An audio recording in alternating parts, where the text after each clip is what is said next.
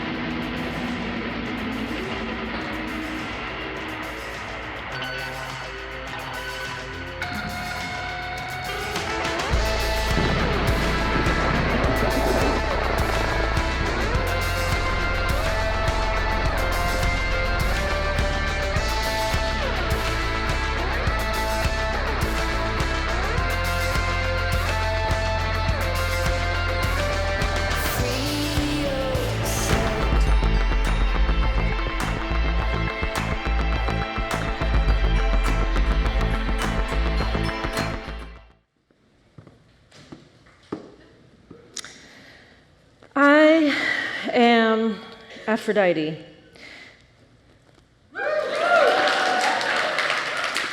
Goddess of love and copper, which is why we share the same alchemical symbol, perhaps suggesting a relationship of fecundity.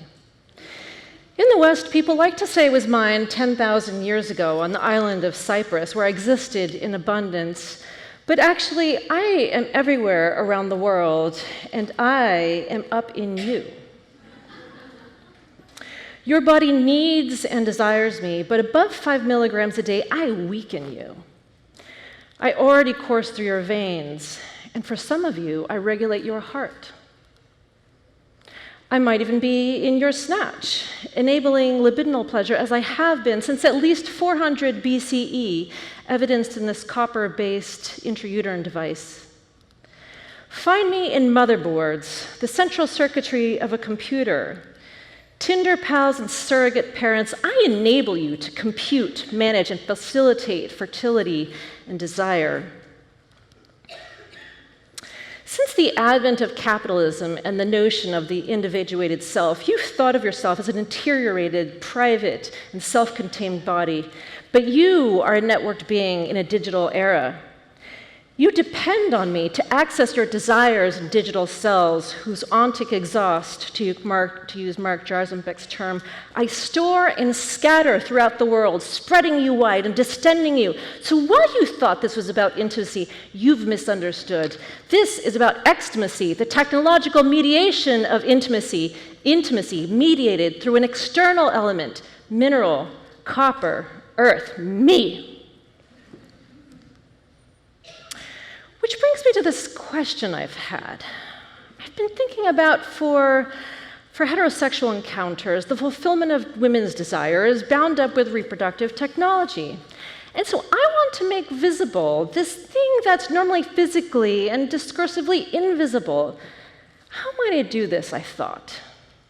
I mean, Klaus Oldenburg makes these large-scale pop art sculptures of quotidian objects, but rather than enlarge an innocuous object, as Oldenburg does, I imagined a historically complex object as recognizable to millions of women so that they become interlocutors, placing their stories at the center of the project. Soaring into the sky like a secular feminist version of Rio's Christ the Redeemer, and conductive like a lightning rod, the monument would function like an axis mundi, or center of the earth, commingling between the sky and the earth, enabling an energetic release. But then I did the math, and even in the best minds, only 3% of the entire amount of ore that's excavated becomes refinable and usable, and the rest becomes toxic tailings, which leach into the water for decades after, polluting 40% of America's waterways. So if you're someone who drinks water, this affects you. The problem is more acute for those closer to mines. If you are someone who carves me from the earth, handles and refines me, or lives with and around my tailings, you are likely to be overexposed to me. Over time and through your labor, I will take over your breath, skin, and mental functioning until what seems most sovereign, your own body, becomes other. And things are just getting worse. These days I'm not just lying around on the crust of the earth and easy to mine. You've been relying on my abundance for the past 10,000 years. Today, I recede deep within the earth, and to possess me, you have to excavate volumes and volumes of ore to yield the same amount, which creates more tailings and more toxicity, which harms you and us. I don't want to be this way. I can't. But baby, I know when this distance between me and you, mines and others, first began. After America won the revolution, the government was cash poor. So invoking the spirit of manifest destiny, they said to pioneers, go out west, and whatever you find, you can keep. Just give us a little when you do make a profit. This gets codified in the mining law of 1872, and reforms to this law were stalled for decades, and under this presidential administration, it was seemingly impossible. But then, all of a sudden, on July 31st, 2019, the Center for Biological Diversity won a lawsuit that stopped a copper mine from disrupting southern Arizona, one of the last places in America where jaguars freely roam and whose waterways provide drinking water to Tucson's 1 million residents. And this victory kicked off a bill, H.R. 2579, that would modernize mining laws across America. And I realized that keeping copper in the ground would be the ultimate monument to me, Aphrodite, goddess of love and copper. So please call your representatives today. In addition, our eco-justice advocates have reiterated the importance of artwork, which brings us closer to the sites of extraction and closes the gap between mines and others. In his writing on alchemy, the philosopher Giorgio Agamben reminds us that the transformation of metals occurs hand in hand with the transformation of the subject. The care of the self necessarily passes through a work. We might say artwork. It inextricably implies an alchemy, and so I invite you to let yourself be transformed. Please visit me in my Snatchural chapel tomorrow. It's just across the street from 11 to 4, we're open. Do come by, I'll be waiting.